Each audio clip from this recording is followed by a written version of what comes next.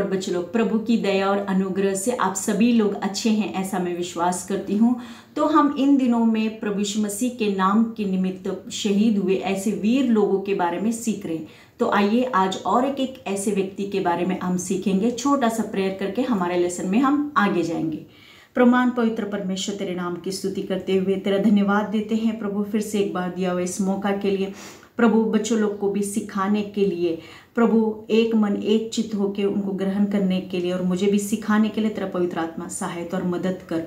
प्रमाण हर एक वचन परमेश्वर प्रभु हमारे जीवन में लागू होने के लिए, उसके अनुसार हमारा जीवन स्वभाव बदलने के लिए प्रभु तेरे स्वभाव स्वरूप में हमें बढ़ने के लिए तेरी कृपा और दया उंडेल प्रभु। आगे का सारा समय तेरे हाथों में सौंपते हुए यीशु के नाम से मांगते पिता, आमीन। Lesson number 32, Thomas Cranmer. आइए हम इस लेसन के पठन भाग देखेंगे। मत्ती रचित सुसमाचार 5वां अध्याय का 10 से 12 वचन तक, 24 अध्याय का 9 वचन से 14 वचन तक। फिर से एक बार मैं इंग्लिश में रिपीट करती हूँ। Matthew chapter 5 verse 10 to 12, chapter 24 verse 9 to 14। तो आज का हम मेमोरी वर्स देखेंगे। दूसरा तिमोथी 3 अध्याय 12 और 13 वचन। पर जितने मसीह यीशु में भक्ति के साथ जीवन बिताना चाहते हैं वे सब सताए जाएंगे, परंतु दुष्ट और बहकाने वाले धोखा देते हुए और धोखा खाते हुए बिगड़ते चले जाएंगे। 2 Timothy chapter 3 verse 12 and 13। Yes, and all who desire to live godly in Jesus Christ will suffer persecution, but evil men and impostors will grow worse and worse, deceiving and be deceived। तो इस lesson का मुख्य उद्देश्य यह है कि हम हमारे पापों को परमेश्वर के सामने कबूल करने से मन फिराना अवश्य सीखना चाहिए और हम परमेश्वर के नाम के निमित्त स्थिर खड़ा रहना चाहिए। ये इस लेसन का मुख्य उद्देश्य है। तो आज और एक पॉइंट देखेंगे कि आप लोगों ने कई परमेश्वर के लोगों के सुविचार है। तो आज ऐसे ही एक भक्त जिम एलियट ने अपने एक अच्छे थॉट्स या सुविचार के बारे में हम देखेंगे। मैं इंग्लिश में पढ़ती हूँ। He is no fool who gives what he can not keep to gain what he can not lose. वो मूर्ख नहीं है जो वो देते हैं जो वो नहीं रख सकते ताकि वो पा सके जो वो खो नहीं सकते। तो बच्चे लोग, इसका अर्थ यह है कि वे लोग मूर्ख नहीं है। मतलब कौन से लोग? जो इस पृथ्वी की वस्तु हर एक चीज नष्ट होने वाली है। मतलब अपनी नाम हो, पदवी हो, धन हो, ये सब कुछ नष्ट। इवन तो हमारे प्राणों को भी उन लोग ने ये सब कुछ नष्ट किया और प्राणों को भी उन लोग नष्ट किया। क्यों इतना सब कुछ नष्ट किया? क्योंकि उनको मालूम था जो सार्वकालिक जीवन है, जो अनंत जीवन जो प्रभु यीशु मसीह में है, उसको प्राप्त करने के लिए, जो स्वर्गीय बातों को प्राप्त करने के लिए वे लोग मूर्ख होकर इस पृथ्वी के हर एक बातों को वो लोग नष्ट करते ताकि वो अनंत जीवन जो प्रभु यीशु मसीह में है उसको प्राप्त कर सके। वो प्राप्त करने के लिए उन लोग आखिरी तक विश्वास में उन लोग स्थिर खड़े रहे। तो इस पॉइंट का ये अर्थ है। तो अभी हम लास्ट लेसन की कुछ हेडलाइंस देख के हमारे लेसन में हम आगे जाएंगे। तो बच्चों लोग, आप लोगों को याद होगा हमने किसके बारे में सीखा था? तो सेंट सेबेस्टियन और विलियम हंटर के बारे में। तो ये दोनों जन शहीद प्रभु के लिए हुए। तो सेंट सेबेस्टियन ये 3री शताब्दी में शहीद हुआ। ये सेंट सेबेस्टियन एक फौजी अधिकारी के पढ़ाई पूरी करने के बाद वहाँ पे वो नौकरी पे लगा और वहाँ पे काम करते समय अपने सब साथियों के साथ, फौजी को-वर्कर्स लोगों के साथ काम करते समय वो अकेला प्रभु यीशु मसीह के पक्ष में प्रभु को प्यार करते हुए वो विश्वास में खड़ा रहा। बाकी के सारे लोग, उसके जो को-वर्कर्स लोग, वो एक अन्य जाति लोग थे, मतलब मूर्ति पूजा करने वाले लोग थे। तो उसके साथ काम करते करते उन लोगों ने कई झूठे आरोप लगाकर उसको तीरों से मारकर उसको मार दिया। तो उन लोगों को लगा अभी ये मर गया करके वो छोड़ के चले गए। लेकिन जो विश्वासी मित्र लोग हैं उन लोगों को पता चलने के बाद उसके शव को लेके दफनाने के लिए आते समय तब उन्होंने क्या देखा, तो उन लोग ने बहुत गौर से देखा कि उसकी सांस चल रही है। तो उन्होंने जल्दी जल्दी वो तीरों को निकालते हुए उसको अच्छा से ट्रीटमेंट किया, अच्छा से इलाज किया। वो अच्छा होने के बाद जब उसके दुश्मन लोगों को पता चला कि सेंट सेबेस्टियन अभी जिंदा है, तो उन लोगों ने इस टाइम बहुत ही सख्त सतावट उसको किया, उसको लोहे से मार कर, और उसके शव वापस किसी को न मिले इसके लिए उसके गंदे नाले में फेंकने के लिए कहा। तो इस प्रकार से सैनिक लोगों ने किया और उसे बहुत रॉड से बहुत मारा। तो इतना मारने के कारण वो मर गया और उसे गंदे नाले में डाल के चले गए। और उसी रास्ते से एक स्त्री जाते समय तब उसने देखा कि ये शव को, तब वो कौन है, सेंट सेबेस्टियन है, तो उसके शव को तुरंत निकाल कर उसने दफना दिया। तो इस प्रकार से हमने तीसरी शताब्दी में शहीद हुए प्रभु के लिए तो सेंट सेबेस्टियन के बारे में देखा। और हमने फिर दूसरे 16वीं शताब्दी में एक 19 साल का नौजवान शहीद हुआ विलियम हंटर के बारे में भी देखा। तो वो 16वीं शताब्दी में क्वीन मेरी सारे इंग्लैंड के ऊपर हुकूमत करते समय सारे रिफॉर्मेशन लोगों को और सारे परमेश्वर के लोगों को बहुत सतावट करना शुरू किया। और उसने एक सख्त आज्ञा निकाला कि कोई भी साधारण लोग बाइबल नहीं पढ़ना करके, ये उसका सख्त आज्ञा। तो उन दिनों में बाइबल बहुत कम था और बहुत सारे अनपढ़ लोग होने के कारण सिर्फ कलीसिया में, चर्च में आके ही बाइबल पढ़ते थे, सिर्फ एक ही बाइबल वहाँ पे था। तो विलियम हंटर को बहुत ही बचपन से बाइबल पढ़ने का बहुत ही आशा था, उसको मन था कि मैं बाइबल पढ़ना करके। तो इसके लिए वो उसको मालूम होते हुए भी कि क्वीन मेरी का इतना सख्त आज्ञा होने के बावजूद भी उसने बाइबल पढ़ना शुरू किया। तो वहाँ के अधिकारी लोगों ने देखा और ये सारे बातें रानी को बताने के बाद रानी ने उसको बहुत सतावट करना शुरू किया। वहाँ पे उसको स्टॉक में भी रखा, मतलब 2 दिन एकदम न हिलने के ऐसे पोजीशन में रखने के बावजूद भी विलियम हंटर ने उन लोगों की गलत बातों के ऊपर वो झुका नहीं, बल्कि वो स्थिर उसी विश्वास में रहा। फिर बाद में इतना ही नहीं बल्कि उसको बाहरी जंजीरों से भी उसको सजा दिया, तो भी फिर भी वो परमेश्वर के पक्ष में, सच्चाई के पक्ष में ही वहाँ पे वो खड़ा रहा। आखिरी में उसे जलते हुए आग में उसे जिंदा जला दिया। तो इस प्रकार से प्रभु यीशु मसीह के लिए शहीद हुआ सेंट सेबेस्टियन और विलियम हंटर के बारे में हमने लास्ट क्लास में देखा था।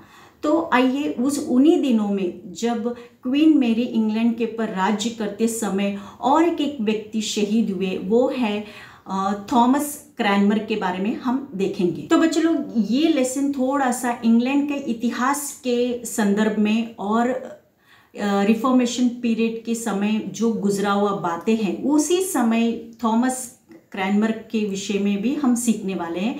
तो आप ये लेसन ध्यान से सुनने से आपको ये समझ में आएगा। तो बच्चों लोग, हम लास्ट लेसन से रिफॉर्मेशन के पीरियड या सुधार का समय के बारे में हम सुनते आ रहे हैं। तो उस समय के मार्टिन लूथर और जॉन कैल्विन और थॉमस क्रैनमर, ये जो 3 मुख्य लोग थे, तो उस समय के रिफॉर्मेशन के पीरियड जो सुधार के समय के ये मुख्य लोग थे। तो अभी हम देखेंगे कि थॉमस क्रैनमर का जन्म एस्लॉक्टन शहर के एक छोटे से गांव नॉटिंगिश शहर इंग्लैंड के देश में 2 जुलाई सन 1489 में मीन्स 1489 में उसका जन्म हुआ। तो वो जन्म के बाद वो अपने माता पिता के साथ वो रहने लगा और बढ़ने लगा। लेकिन कुछ दिनों के बाद, मतलब तुरंत ही उसके पिता के निधन हो गया। तब वो एक नौजवानी था, मतलब एक 17-18 बरस का ही था। तो अपने पिता के निधन के बाद उसने वो निराश और हताश नहीं होते हुए उसने पढ़ाई पूरी कंप्लीट करने के बाद, तो आप लोगों को मालूम है कि एक फेमस यूनिवर्सिटी, मतलब प्रसिद्ध, जग प्रसिद्ध यूनिवर्सिटी कैम्ब्रिज यूनिवर्सिटी के बारे में आपने सुना होगा। तो उस विश्वविद्यालय में उसने अपनी पढ़ाई पूरी करने के बाद, और वो एक बहुत होशियार और असाधारण सामर्थ्य से भरा हुआ व्यक्ति होने के कारण उसी विश्वविद्यालय में उसे एक प्रोफेसर की नौकरी करने लगा। तो मतलब उसे उस पढ़ाई में अच्छा होशियार होने के कारण उसी विश्वविद्यालय के लोगों ने उसे वहाँ पे एक प्रोफेसर का नौकरी भी उसको दिया। तो वो अपने काम के साथ साथ, तो बच्चों देखो, वो सिर्फ उसको अच्छी एक नौकरी मिल गई करके उसने उसी की ओर ध्यान नहीं दिया, बल्कि वो काम करते करते वो परमेश्वर के सच्चे वचन को भी सीखने लगा और परमेश्वर की सच्ची गहराई बातों को उसमें वो बढ़ने लगा। तो मतलब वो एक काम के साथ एक आत्मिक बातों को भी वो सीखने और समझने और उसे और भी गहराई में सच्चाई को जानना वो शुरू किया। तो बच्चे लोग, उन्हीं दिनों में थॉमस क्रैनमर की अच्छी दोस्ती राजा हेनरी VIII के साथ हुई। मतलब तो उन लोगों की जो क्रैनमर के जो विचार है रिफॉर्मेशन के, उन विचारों को राजा हेनरी भी समर्थन देने लगा, मतलब पसंद करने लगा। इस प्रकार से उनका हमेशा मिलना जुलना, अच्छी दोस्ती बढ़ती गई। और थोड़े दिनों के बाद क्रैनमर को एक अच्छा पद, मतलब इंग्लैंड के कैंटबरी चर्च में उसको आर्च बिशप का एक अच्छा पद मिला। तो बच्चों लोग, ये आर्च बिशप का मतलब होता है जो कैथलिक चर्च रहते हैं, चर्च के ऊपर जो पोप रहते हैं। तो ऐसे जो 7-8 कैथलिक चर्चेस के ऊपर जो 7-8 पोप लोग हैं, उन पोप लोगों के ऊपर एक मुख्य अधिकारी जैसा, नहीं तो उनके लीडर जैसा, इसको आर्च बिशप का एक पद रहता है।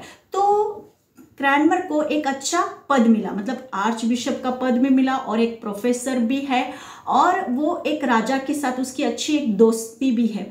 तो इतना सब कुछ अच्छा होने के बावजूद भी वो उन बातों में वो खुश नहीं था, बल्कि जब रोमन कैथलिक जो विश्वास है, कैथलिक लोगों के विश्वास को वो विरोध करता था, क्योंकि कैथलिक लोगों का जो सिंबल्स बोलने से जो चिन्ह रहते हैं, मतलब कि क्रूस लटकाना और रोजरीस मतलब मनी जपना और कैंडल्स जलाना और पोप की शक्ति, इन सारे बातों को थॉमस क्रैनमर विरोध करता था। और इस विरोध को भी हेनरी VIII राजा भी समर्थन देता था। इसके लिए उसका पूरा समर्थन होने के कारण, पूरा सपोर्ट होने के कारण थॉमस क्रैनमर आज़ादी के साथ वो इन बातों का प्रचार करता था कि वो सच्चाई को वहाँ पे प्रकट करता था।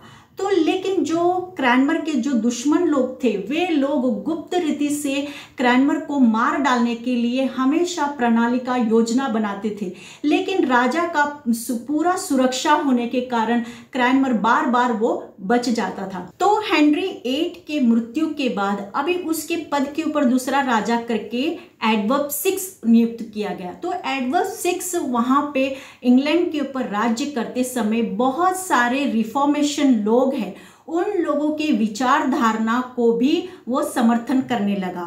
तो इसके लिए तो थॉमस क्रैनमर भी सारे रिफॉर्मेशन लोगों के विचारों को पसंद करते हुए उसने कलेसिया में भी बहुत सारे सुधार का विचार कलेसिया में भी लाए, और उधर के लोगों ने भी सुधार के विचारों को पसंद करने लगे और उसका समर्थन करने लगे।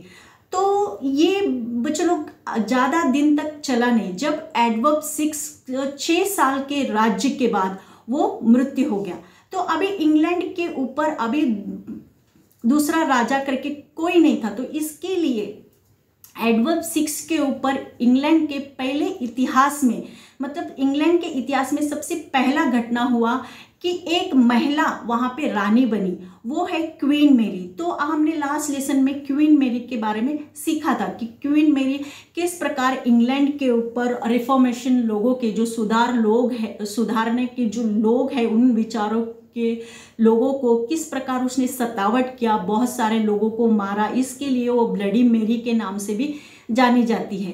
तो इस प्रकार का वहाँ पे बहुत सारे लोगों को सतावट का वो दौर चलते समय कैथलिक धर्म और पोप लोगों के बातों को जो विरोध करते थे, ऐसे सारे लोगों को जेल में डाल दिया करना करके ये रानी मेरी का सख्त आज्ञा था। तो उस समय में तो थॉमस क्रैनमर और उसके 2 मित्र लोग, मतलब रेडली और लैटिमर को, ये दोनों को भी जेल में डाल दिया था। फिर उसके बाद थॉमस क्रैनवर को वो कैथलिक धर्म के बातों पर वो विश्वास नहीं कर रहे थे, इस आधार पर उसको मार डालने की सख्त आज्ञा दिया गया। तो बच्चे लोग, वो जेल में रहने के दिनों में तो वो क्या क्या बातें गुजरी, वो आप ध्यान से सुनने से आपको ये विषय समझ में आएगा। तो अभी थॉमस क्रैनवर और उसके मित्र लोग किधर है? जेल में है। तो जेल में रहने के दिनों में तो उसके जो 2 मित्र लोग कुछ सालों के बाद लोग मार डाले गए, लेकिन थॉमस क्रैनवर वही विश्वास में वो स्थिर था। लेकिन वो जो जेल में रहने वाले लोगों की बातों को सुनकर, कैथलिक धर्म की बातों को सुनकर, उन लोगों की बातों के अनुसार कुछ उन लोगों को फल भी मिला। मतलब उन लोगों की बातों के कारण थॉमस क्रैनवर का थोड़ा सच्चे विश्वास से वो हट गया। मतलब कैथलिक लोगों के बातों का जो बोलने वाले लोगों को, उन लोगों को उसका फायदा हुआ कि थॉमस क्रैनवर अभी सच्चे विश्वास से थोड़ा हट गया।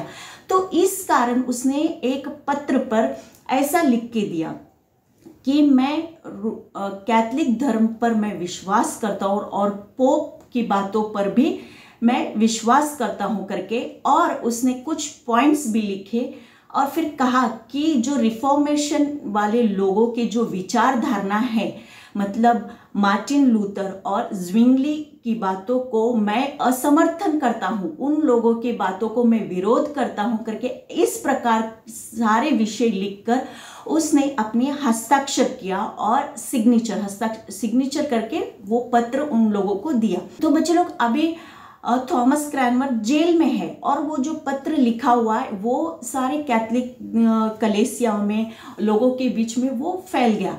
तो ये लिख के देने के थोड़े दिनों के बाद ही तो थॉमस क्रैनवर को बहुत ही जो किया हुआ गलती के बातों को, उसने जो लिख के दिया हुआ बात के ऊपर उसको बहुत ही बुरा लगा और बहुत ही दुखी मन से, पश्चातापी मन से, और उसने मन फिराया कि मैंने क्या किया, मैं सच्चे विश्वास से हट के मैंने पत्र वैसा क्यों लिखा करके उसने बहुत ही रोते हुए मन के साथ, पश्चातापी हृदय के साथ उसने एक अपना कन्फेक्शन, मतलब उसने अपनी कबूली एक पत्र में, छोटे से चिट्ठी में उसने लिखा कि जो बातें मैंने लिख के दिया वो सारे बातों का मैं विरोध करता हूँ करके, और मैं कैथलिक धर्म के बातों पर मैं विश्वास नहीं करता करके, इस प्रकार से दोबारा उसने एक छोटा सा साक्ष्य कन्फेक्शन करके लिख के एक छोटी सी चिट्ठी में लिख के उसने अपने पॉकेट में रखा। तो अभी तो बाहर के लोगों को, सब लोगों, उन लोगों को पता चला कि थॉमस क्रैनवर कैथलिक धर्म के बातों को वो विश्वास करने लगा। तो इसके लिए उसको क्या, सब लोग उसके मुंह से सुनना चाहते थे। तो इसके लिए उन लोगों ने एक मुंह ज़बानी कबूली सुनने के लिए सारे लोग सेंट मेरी चर्च के सामने सारे लोग इकट्ठा हो गए और थॉमस क्रैनवर को भी वहाँ पे बुलाया गया। तो थॉमस क्रैनवर बहुत ही गंदे कपड़ों में वहाँ पे बहुत ही दुखी मन से आकर एक पिलर के सामने, मतलब एक पिलर के सामने वो अपना मुंह उस तरफ करके, मतलब पब्लिक की तरफ ना करते हुए वो उस तरफ करके बहुत ही रोते हुए मन से वो अपने हाथों को उठाते हुए वहाँ पे परमेश्वर के पास प्रार्थना करने लगा। और कलीसिया में का एक व्यक्ति स्टेज पर खड़ा होकर वो इस प्रकार प्रचार करने लगा कि थॉमस क्रैनवर ने जो कुछ गलतियां की, वो सारी गलती की बातों को वहाँ पे प्रचार करने के बाद उसने कहा कि अभी थॉमस क्रैनवर फिर से एक बार कैथलिक धर्म की बातों पर विश्वास करते हुए वो फिर से कैथलिक धर्म को स्वीकार करने का निर्णय किया। इस प्रकार से वो बड़े हर्ष और आनंद के साथ वहाँ पे स्टेज पे वो बताना शुरू किया। तो बताने के बाद अभी सारे लोग किसका इंतजार कर रहे हैं कि थॉमस क्रैनवर अभी क्या बोलने वाला है। उसके मुंह से वे लोग कबूली सुनने के लिए बड़े उत्सुकता के साथ वो इंतजार करने वाले सारे लोग वहां पे राह देख रहे थे। जब थॉमस क्रैनवर ने बोलना चालू किया तब सबसे पहले उसने लोगों से कहा कि मेरे लिए प्रार्थना करो, और उसने कहा कि परमेश्वर मेरे पापों को क्षमा करे। ऐसे बोलने के बाद उसने फिर से कहा कि मैं पिता सृष्टिकर्ता परमेश्वर पर विश्वास करता हूं और यीशु मसीह और प्रेरित और नबी लोगों ने जो प्रचार किया और उन सारे वचनों को मैं मानता हूं, लेकिन मैंने एक गलती किया, जो मेरा विवेक मुझे दोष देता है, मैं बहुत ही दुखी हूँ बार बार। तो इस प्रकार वो बोलने के बाद बड़े धैर्य और साहस से कहता है कि मैं कैथलिक धर्म पर विश्वास नहीं करता हूँ और पोप ये परमेश्वर का दुश्मन है करके इस प्रकार वो बोलने के बाद जो लोग, सुनने वाले लोग थे और उसके दुश्मन लोग बहुत ही गुस्से में, क्रोध में आकर उसको चिल्लाने लगे कि इसको मार डालो करके। और फिर बहुत सारे लोग चिल्लाते हुए उसे कहने लगे कि उसे आग में जला दो करके, आग में जला दो। तो बच्चे लोग इस प्रकार से उस सारे लोगों ने उसको घसीटते हुए उसे स्टेज से नीचे लेकर आए और एक लकड़ी से थॉमस क्रैनबर को बांध दिया रस्सियों से। फिर बाद में बाजू में चारों तरफ लकड़ियां बिछाकर उसे आग लगाए। तो इस आग जलते समय थॉमस क्रैनबर ने कहा कि सबसे पहले मेरे हाथ को जलने दो। इसके लिए उसने अपने हाथ को आगे किया, उस आग में सबसे पहले उसने हाथ को जलने दिया, क्योंकि इन्हीं हाथों ने ये गलतियां किया। वो जो पत्र लिखने के कारण उसको बहुत ही, ये हाथों के द्वारा मैंने वो पत्र लिखा, ये गलती के कारण उसने सबसे पहले अपने हाथों को जलने दिया। फिर बाद में उसने अपने देह को, अपने शरीर को जलते हुए आग के लिपटों में उसने जलने दिया। फिर उसके बाद जलते समय उसने बहुत ही आक्रोश करते हुए, रोते रोते, चिल्लाते हुए कहा कि हे पिता, कृपा मेरी आत्मा को तू ग्रहण कर, या मेरी आत्मा को तू ले करके। इस प्रकार उसने बड़े दुख के साथ आखिरी श्वास के समय ये शब्द उसने पुकारा। तो बच्चों लोग देखा ना, थॉमस क्रैनबर आखिरी तक वो सच्चाई के लिए, सच्चे विश्वास के लिए उसने वो जलते हुए आग में वो जल गया। तो इस प्रकार से थॉमस क्रैनबर रिफॉर्मेशन पीरियड के समय, सुधार के समय, वो प्रभु यीशु मसीह की सच्चाई के लिए वो शहीद हो गया। तो इस लेसन से हमें क्या सीख मिलता है, ये कुछ पॉइंट्स हम देखेंगे। तो सबसे पहला है, तो बच्चे लोग, हम लोग विश्वास के जीवन में चलते समय हमारे जीवन में कुछ पाप या गलती हमसे हो जाता है, तो हमारे परिवार के जीवन में हो या काम की जगह में काम करते समय उस ऑफिस में हो या स्कूल के फ्रेंड्स के बीच में हो, तो ऐसी गलती होने से हमारे जीवन में हम निराश और हताश नहीं होना चाहिए, बल्कि हम प्रभु के चरणों में आकर एक पश्चातापी हृदय के साथ प्रभु को हम कबूल करने से, तो प्रभु हमें क्या करेगा, माफ़ करेगा। दोबारा प्रभु हमको वो शक्ति देगा कि ऐसी दोबारा गलती न करने के लिए, फिर से हमें विश्वास में वो खड़ा करेगा। तो इसके लिए हम प्रभु के चरणों में हर एक बातों के लिए पश्चातापी हृदय के साथ हम चरणों में आते समय प्रभु हमें हमारे पापों को माफ़ करके हमें प्रभु विश्वास में वापस दोबारा खड़ा करेगा। तो अभी हम सेकंड पॉइंट देखेंगे कि हमने देखा कि थॉमस क्रैनबर के जीवन में जिस प्रकार का वो एक प्रसंग उसके जीवन में आया था कि वो सच्चाई के पक्ष में है या झूठ के पक्ष में है करके, तो उसी मुताबिक से बच्चों लोग हमारे जीवन में भी ऐसा प्रसंग आते समय हम हमेशा प्रभु के सच्चाई के पक्ष में हम खड़ा रहना चाहिए, ना कि हम झूठ के पक्ष में हम कभी खड़ा नहीं रहना चाहिए। तो इस सच्चाई के पक्ष में खड़ा रहते समय हमें कोई भी कीमत या कोई भी दुख उठाना पड़े तो भी हम पीछे नहीं हटना चाहिए।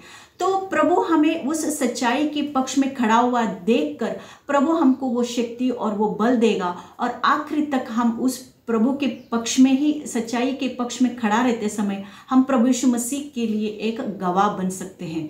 तो आप लोगों को ये लेसन अच्छी तरह से समझ में आया, ऐसा मैं विश्वास करती हूँ। तो डिस्क्रिप्शन बॉक्स में दिए हुए इस लिंक के अनुसार आप डाउनलोड करने से आप लोगों को एक वर्कशीट मिलेगा। तो उस वर्कशीट में कुछ क्वेश्चन आंसर्स, जो भी एक्टिविटी वगैरह दिए हुए, वो आप आपके नोटबुक में लिख लीजिए। आइए छोटा सा प्रेयर करके हमारे क्लास को हम समाप्त करेंगे। प्रमहान पवित्र परमेश्वर, तेरे नाम की स्तुति करते हैं, तेरा धन्यवाद देते हैं परमेश्वर, दिया इस कृपा के लिए। प्रभु महान पवित्र परमेश्वर, तेरे बच्चों को और मुझे भी प्रभु तेरे विश्वास में खड़ा रहने के लिए, प्रभु महान अच्छा पदवी नौकरी होते समय भी प्रभु महान उधर झुका नहीं थॉमस, प्रभु उसी मुताबिक प्रभु हम भी किधर भी न झुकते हुए तेरे पक्ष में खड़ा रहते हुए परमेश्वर, हालेलुया, प्रभु महान तेरे जीवंत गवाह बनने के लिए तो हमें कृपा तू दे परमेश्वर, हालेलुया। हमारे जीवन में भी ऐसा प्रसंग आते समय प्रभु महान हम सच्चाई के पक्ष में है क्या झूठ के पक्ष में, प्रभु महान हमें तेरे ही पक्ष में तू खड़ा कर परमेश्वर। प्रभु तेरे ऊपर का विश्वास और आशा प्रेम मजबूत करते हुए प्रभु तेरे राज्य के लिए तू हमें तैयार कर प्रभु। प्रभु आगे का सारा समय तेरे हाथों में सौंपते हुए यीशु के नाम से मांगते पिता, आमीन।